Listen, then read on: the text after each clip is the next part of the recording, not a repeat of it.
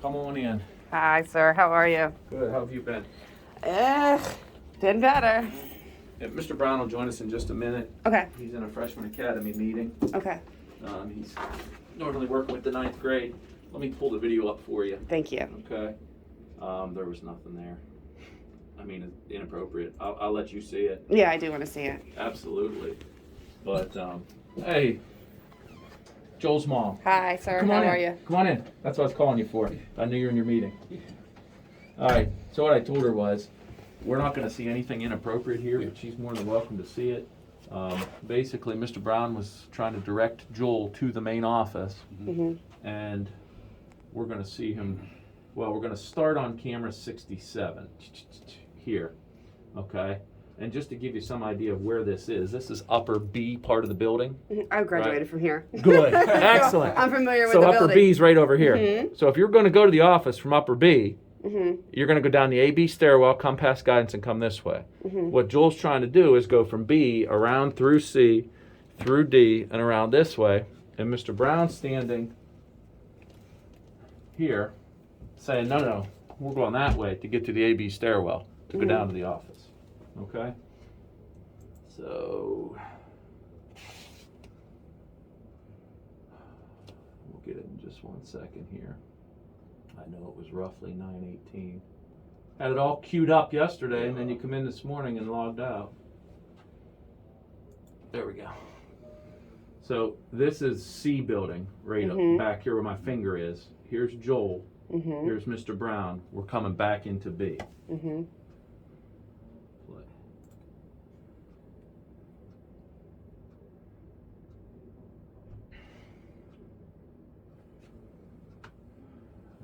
Pop on this camera in just a minute, because this is Joel's classroom right here that he's supposed to be in. So this is where Joel's coming to.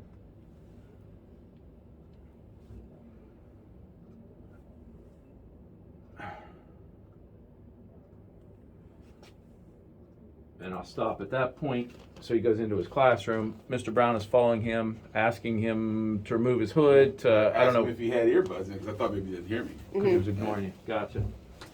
So he goes into the classroom.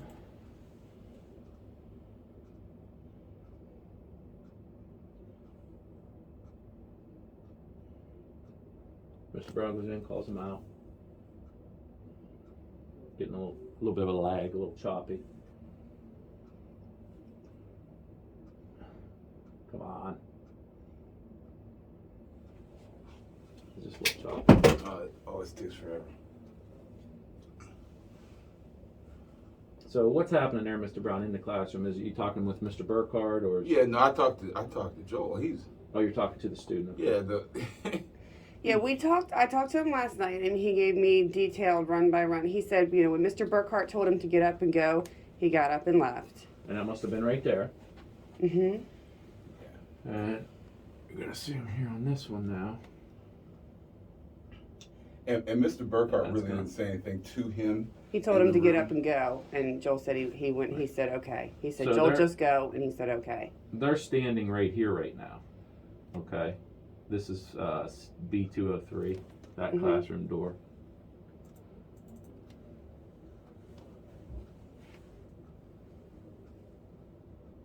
And that must have been where Mr. Brown, because you can see him pointing to the office this way, and Joel's trying to go the other direction. It looks like Burkhardt steps in again and says, hey, come on. Whatever. Trying to encourage him, I'm assuming, to go to the office.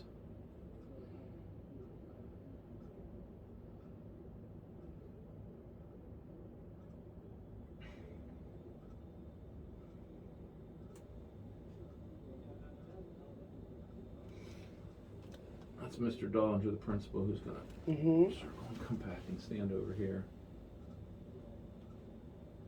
You can see Mr. Brown pointing that direction, and Joel attempting to get through him to go this way. Student has no idea what's going on. Mr. Burkhardt closes that classroom door so they're not bothered by what's going on.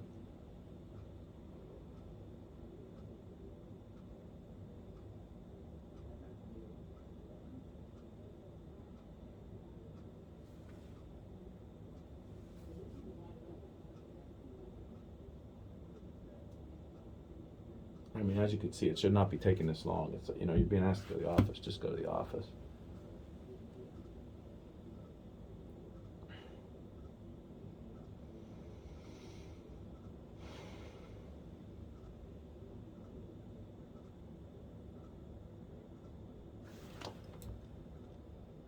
And then he finally goes to the office.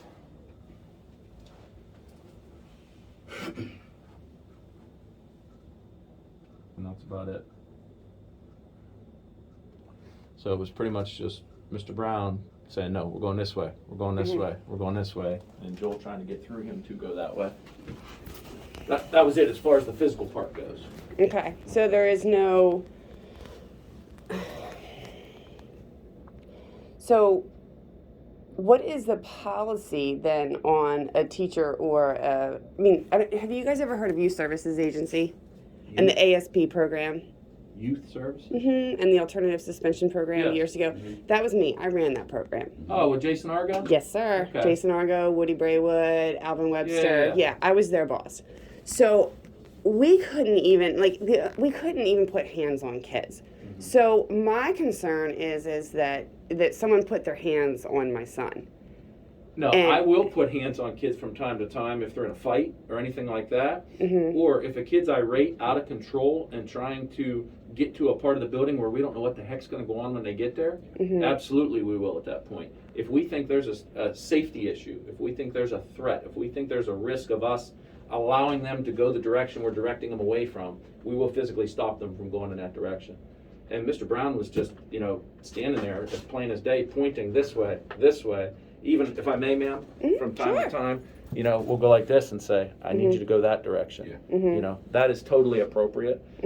Or stepping in front like this and sliding this way, putting a hand out like this and saying, no, I'm not allowing you past this point, because there's times where teenagers will quote unquote black out. They just get so angry. And when they do something like that, we have to make sure that wherever they're going to isn't going to create a safety risk to staff or others in that location. So in that case, I mean, it was obvious that the appropriate way to go down to the office was the way that Mr. Brown was trying to direct him. And by giving Joel access to go the other direction, how does he know what he's going to do? Because at that point, he's already cussing, upset.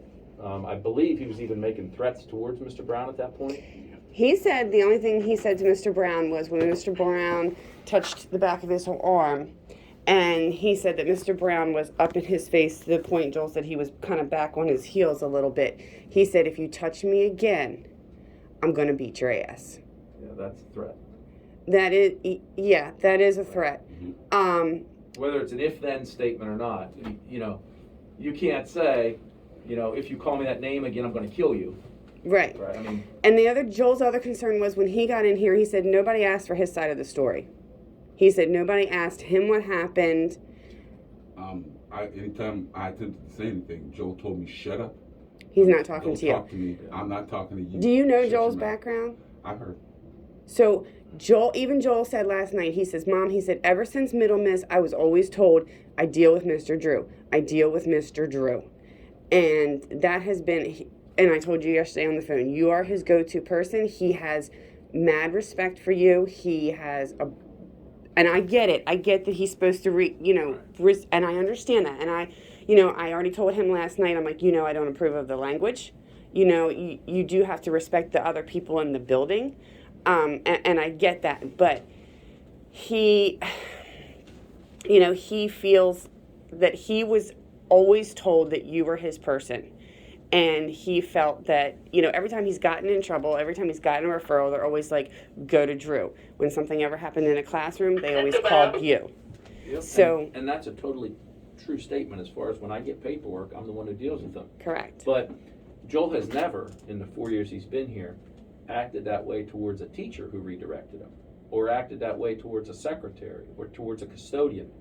I mean, he has to have respect and listen to the commands that are reasonable of any staff member in the building, right? So if he would have cooperated with Mr. Brown and there would have been an issue about the hood, that's one thing.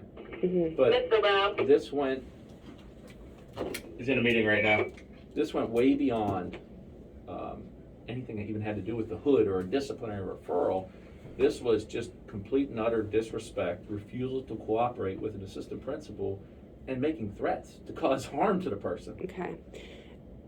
But all in this, and like I said, I don't deny that he was disrespectful. I don't deny he knows better than that, and he was raised better than that. And I apologize for his language. He knows he knows better than that, and he was raised better. But I mean, considering his couldn't it not have just been writing him up?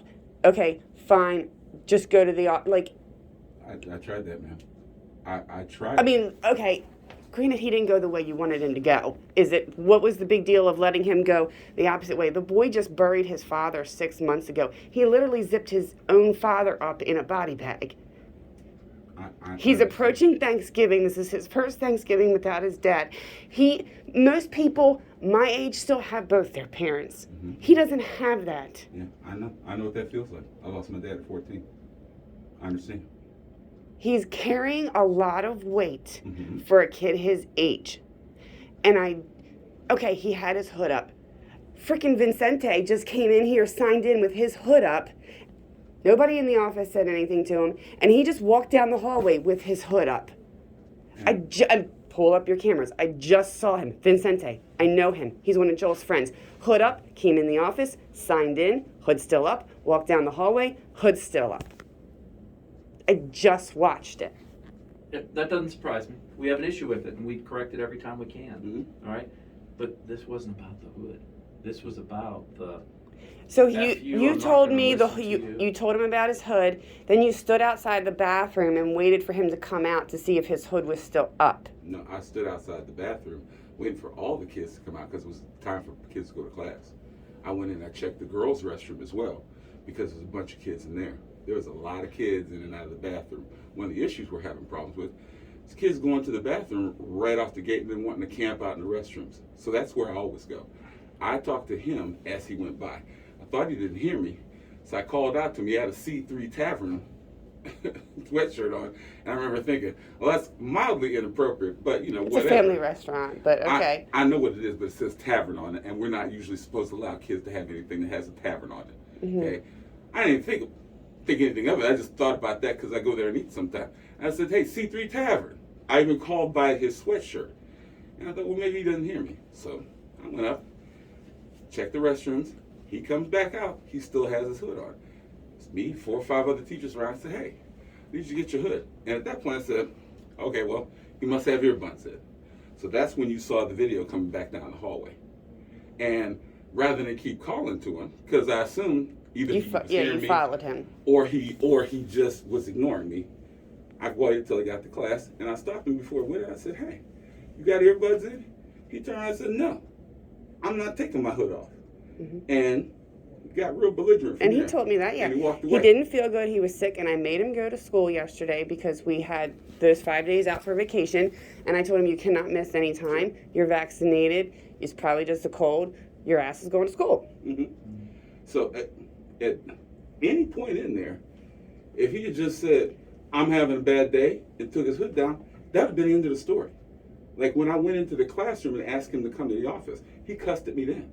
Mm-hmm. He told me he did. I mean, he made it personal. He made it quite clear to Mr. Brown, to myself, and to anybody who was around that it was about who was asking him. Yes. It was about the fact that it was Mr. Brown. He's like, I'm not listening to him. I'm not doing what he asks. And that I can't have that in school. He needs to cooperate with the reasonable commands, reasonable requests of all 100 staff members. And more than anything else, the 4 administrators. Yeah. If we don't have the students cooperating and following the rules and keeping order, who's running the place? So when that kind of behavior happens, if we don't take a strong stance against it, when that happened in front of multiple teachers, multiple staff members in the classroom, we're sending a terrible message to everybody that, oh, just go ahead. If you're having a bad day, you can get away with this. I mean, that's the other side of it. We have to make sure that when something like that happens and it's that egregious, it's that far out of line, that we take a very, very firm stance against it so everybody understands, no, this isn't going to happen. And my other question is 10 days?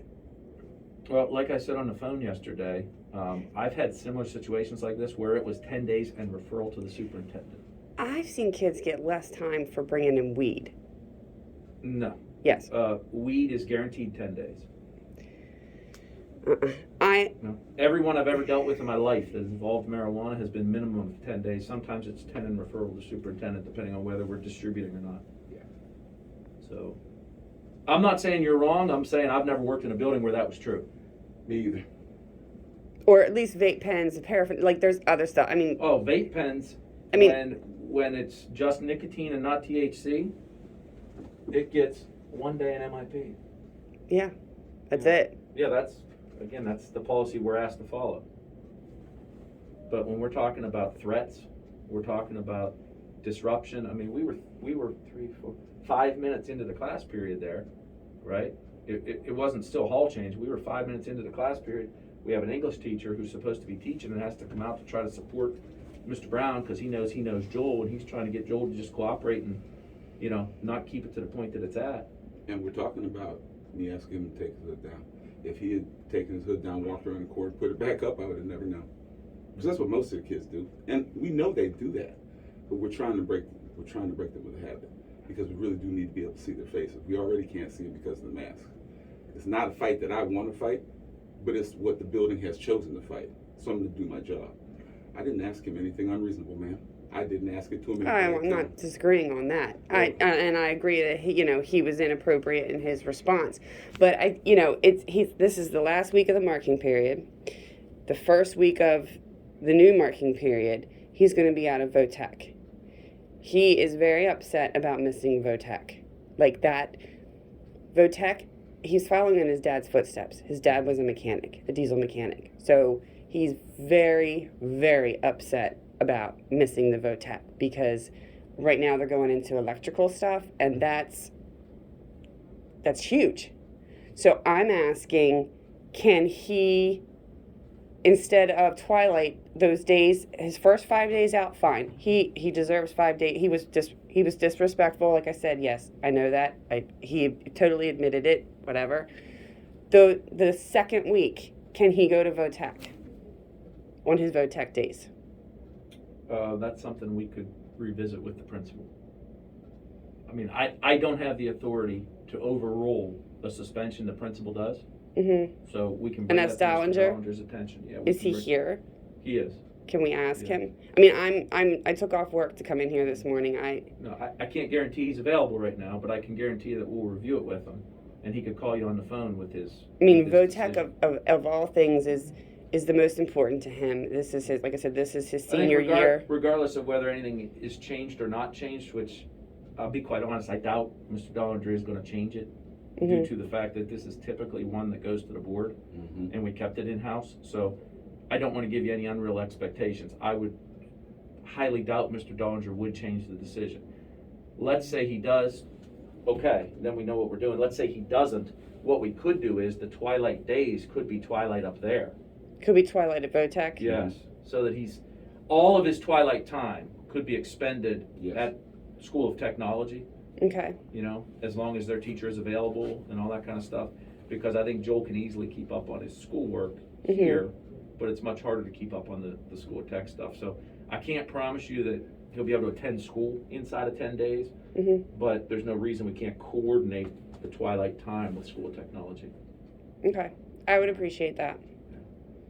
I would appreciate that. And just please, I was getting nowhere with him yesterday. So, I mean, I know that we have a good relationship. You're telling me we do. I was getting nowhere with him yesterday, and I think it was just the immediacy. If you can please talk with him and make sure he understands when he returns, our expectations aren't changing one bit, okay? He absolutely has to respect every staff member in the building, especially Mr. Brown. My issue with him is when he left yesterday, he's still, I don't know Joel other than, to have known that his father passed. But he thinks he knows me, and he's formulated a whole lot of opinions about me personally based on, I'm not sure what, apparently some video that somebody doctored up at some point. But he needs to understand he can't just threaten me and talk to me any kind of way and behave inappropriately to me just because he thinks he knows, I guess, who I am or what I am. It was well, there is, I don't want to say reputation, but there are, you knew some of his background, and I guess a lot of the kids in the school know some of your background. Well, what's funny is they actually don't. They just think they do. I never heard of it until today, or yesterday, so. Yeah, so supposedly there's some video or something of me kneeling. Now, I did kneel at a protest, but it was a George Floyd protest. But I guess somebody must have taken some background, changed the background, put the Pledge of Allegiance on it, claimed that I kneel for the Pledge of Allegiance, which is just partly funny and partly silly. But they're kids, and they believe a lot of things. True. And that's okay. But what I can't have him do is come in here and talk to me like I'm a dog in the street because he thinks he knows something. Because that's not acceptable. And that's exactly what happened yesterday. Mm. Well, there's also more than just that. But anyway, regardless, like I said, Joel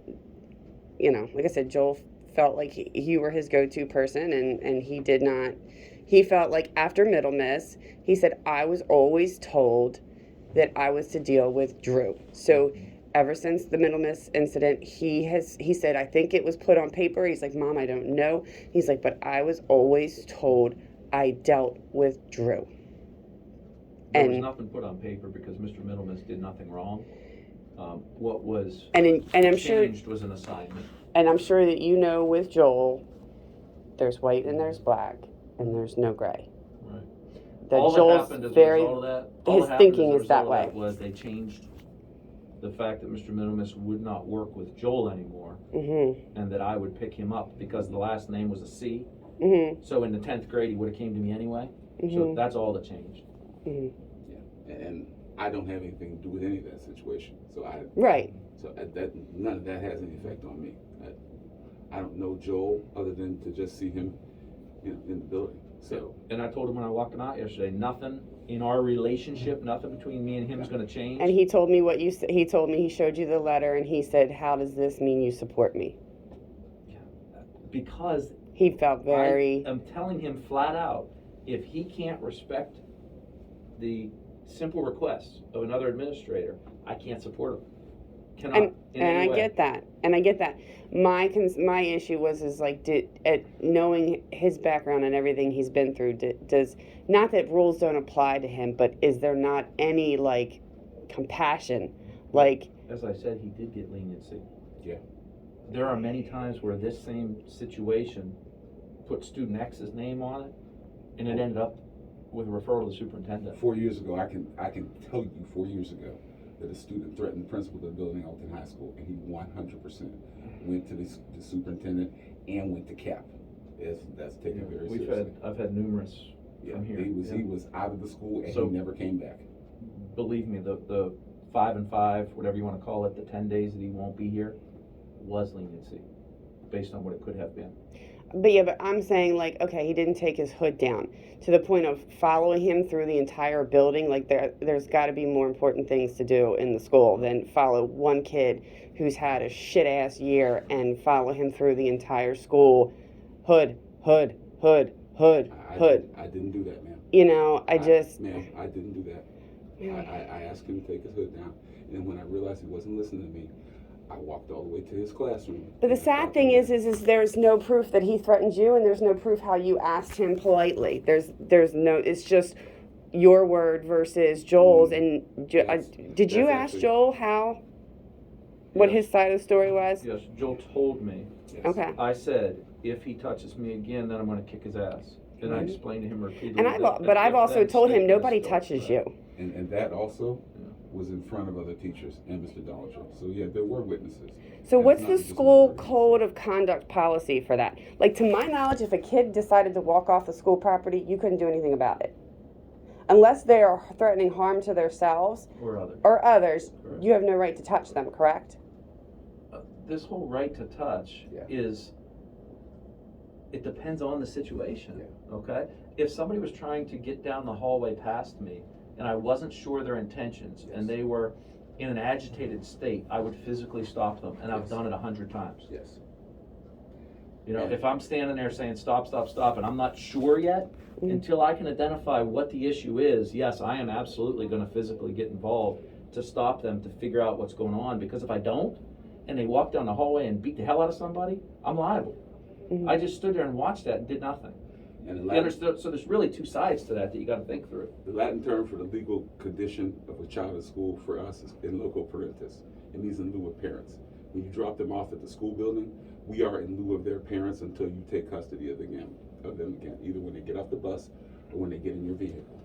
So yes, we're permitted to touch them in order to make sure that we run a safe school environment. Yes, ma'am.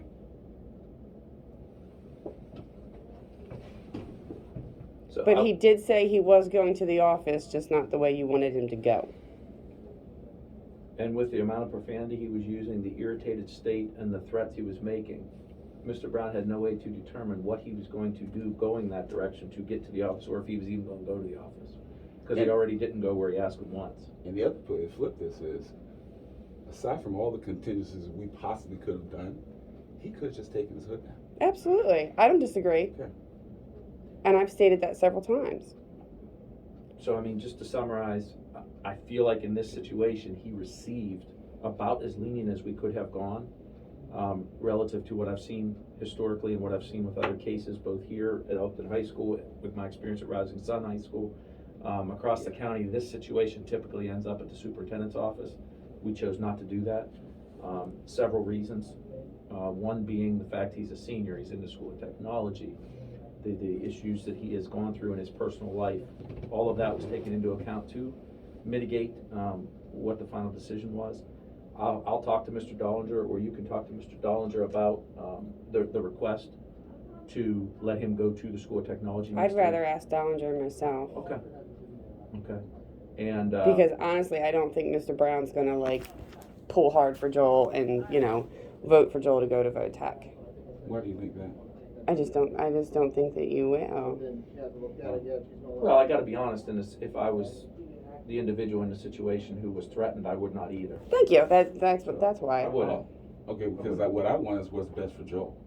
Okay, Which but is what I wanted in the first place. right, but you don't really understand Joel. So, and you know what I mean? Like I said, it's So I'll see if Mr. Dollinger is available. If he's not available now, you could call him on the phone and make the request. If he says no to that, we can still coordinate his twilight time as much at School Tech as possible. okay. And what are the twilight times? 2:30 to 4:30. But Except that's for pretty much Wednesday. when VOTEC's over. Yes. Yeah, twilight's outside the school day. Right. So how would you coordinate it with VOTEC time? Like Mr. Secura would stay after with Joel? Exactly, because what they do up there, they have 14 different programs. So one time they might have the culinary person staying. One time they're always able to provide a twilight service, but I don't think Joel going up to the School of Technology just to sit in their twilight if it's not that teacher makes any sense. Right. That or he asked if he would have the option to FaceTime Securo. And Well, he has that option now. so like during the entire class, because he no. said like what's going on now, he said Mr. Securo put a lot of stuff up on the board and he's like, take your notes. Mm-hmm. And he said that, if he can't take notes, then, you know what I mean? Like, it's... What kind of lessons do they put in Schoology up there? I have no clue. Because if they do put lessons in Schoology, Right. he'd be able to access those lessons.